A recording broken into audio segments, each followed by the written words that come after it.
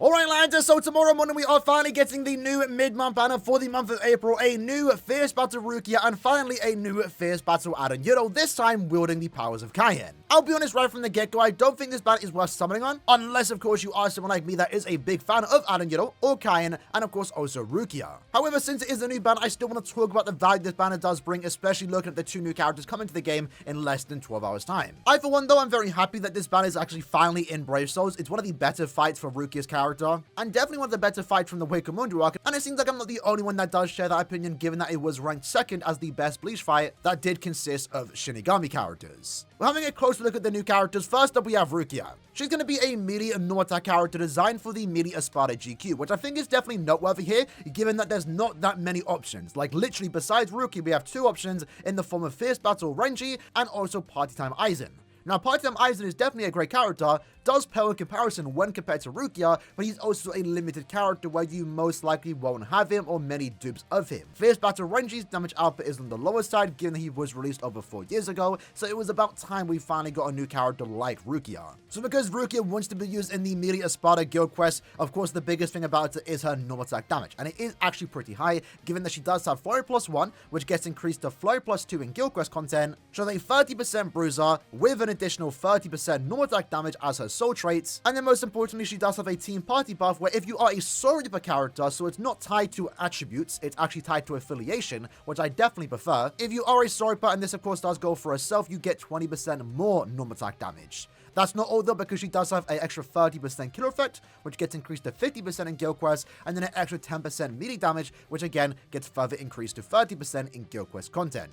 So damage output for this character is definitely not going to be an issue. If you do struggle in the melee Espada guild quest, which I do think is one of the more difficult ones out there given the lack of options, a character like Rukia would definitely help you out. Just beat the quest and beat it even faster, which is what I'm most looking forward to. Now, she does come with some extra effects: long reach, guard break. She decreases the damage taken twice by Aaroniero characters, 60% natural DR, and then an extra 20% DR only to Aaroniero characters. So even outside of Guild Quest, if you are a Rukia fan, you can definitely get a use out of this character, at least for auto playing. I can't stress enough how good it is to get characters like this for a difficult Guild Quest in the premium pool, because whether you pull for her now or in the future, she's definitely going to be a character you want to get to make your Guild Quest team even better.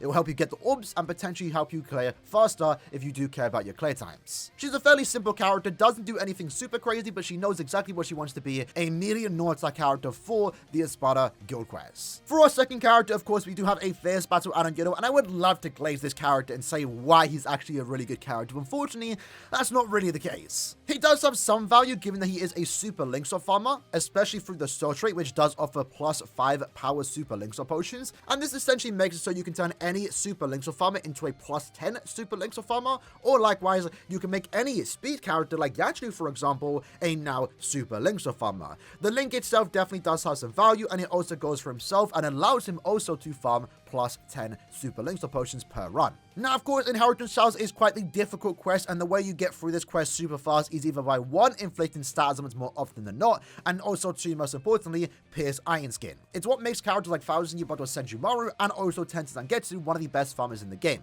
And that's the unfortunate part about this Aaroniero, given that he is competing against 2 of the best farmers. As a mid-month character, there was no way this character was ever going to compete. So in terms of value as a Linkswap farmer, he really doesn't offer much, given that you just have 2 significantly better options: 1 premium and 1 limited. The ultimate downfall for this character is his damage output. Only Frenzy +1 with a 60% berserker is on the lower side. Now, it can get increased up to 100% more damage once you do inflict a stat summon, but his damage output is tied behind inflicting stat summons. In this case, when he does inflict a stat summon, he does 60% more damage to last rated enemies, and an additional 40% to enemies that are inflicted with stat summon, and this is a team party buff to any speed attribute Aaroniero, which of course does go for himself.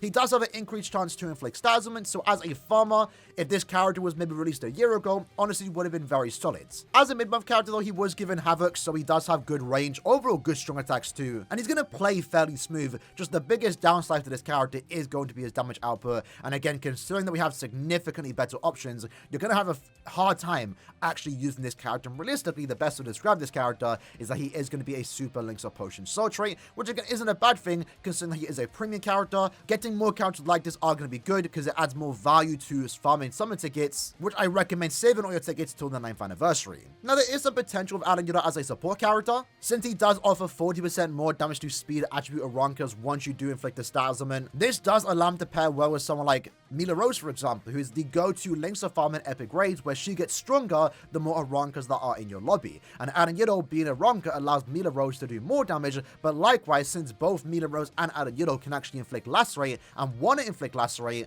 they're both then doing more damage, 60% to be exact. But then again, Aaroniero then lets Mila Rose do even more damage, 40%, through the Team Party buff. Skills like this are also really good in Guild Quest content. You could pair this character with someone like Okura in GQ to allow him to do 40% more damage, although Okura himself isn't really the biggest damage dealer character, so it's not going to be that impressive. So realistically, this Team Party buff skill that Aaroniero does have really comes down to how good the potential future speed Aronka characters will actually be. I'm definitely going to have a fun time with him. I feel like his visuals are actually really good here, and I do like farming super links of potions, but unfortunately for most people, this character is just going to be a link, but at the very least, a really good link with some really good value. If we then have a look at the filler pool, first up we have Kugo. Not really that good of a character, but he does offer some really good support damage. In this case, 40% more damage to any enemy afflicted with a status summon, and also 20% more strong attack damage to heart attribute humans. This is a really good team support effect for someone like Rukia, for example, the most recent Valentine's character. And if you are using Rukia in any type of Guild Quest content, let's say the ranged Hello Guild Quest, having Kugo on the side just makes it do significantly more damage. So whether this character has value to you really comes down to if you have Rukia really. But this support damage is always going to be good for any potential, again, future heart human character in the future. Ganton Bane is mainly a links or potion soul trait, letting any character become a links or farmer,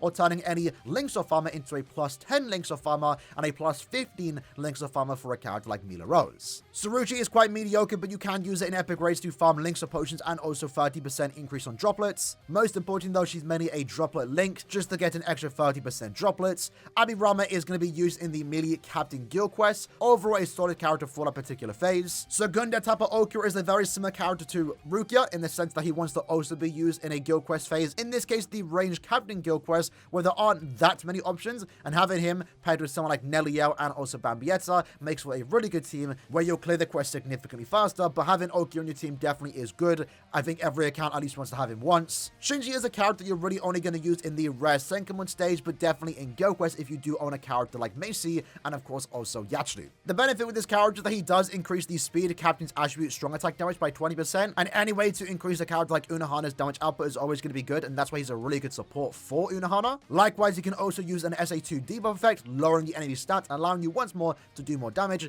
and given that he is a ranged character with Human Killer, he also does decently pair well with someone like Macy to tackle the ranged Squad 0 guild quest, but definitely not a great character by any means, more so just a support for one of the best characters in the game, which honestly isn't even that bad of a thing. And then lastly we have Kensei. He's just a links or farmer, decent damage output, doesn't do anything exceptional, but good to farm links or potions nonetheless. And remember, this is going to be a crown step-up format, so step 1 and 2 are discounted at 150 and then 200. Step 3 is a guaranteed 5-star character, featuring any of these 9 characters. And it's going to be like that for the next 3 steps. Discount, discount, guarantee, discount, discount, full price multi, and then step 10, you are guaranteed one of the new characters. And that, of course, includes Aaroniero and Rukia. So if you are a Rukia fan, if you are an Aaroniero fan like myself, and you want to try and go for these characters by going to step 10, you have a 50-50 chance of getting the character you want, either Rukia or Aaroniero. And just to make it very clear, because I know there was a lot of confusion when this step-up format did initially release back at the end of last year, if you pull Rukia in any of those 10 steps, your 10th step isn't then guaranteed to get Aaroniero. It's always going to be 50-50 for Aaroniero or Rukia.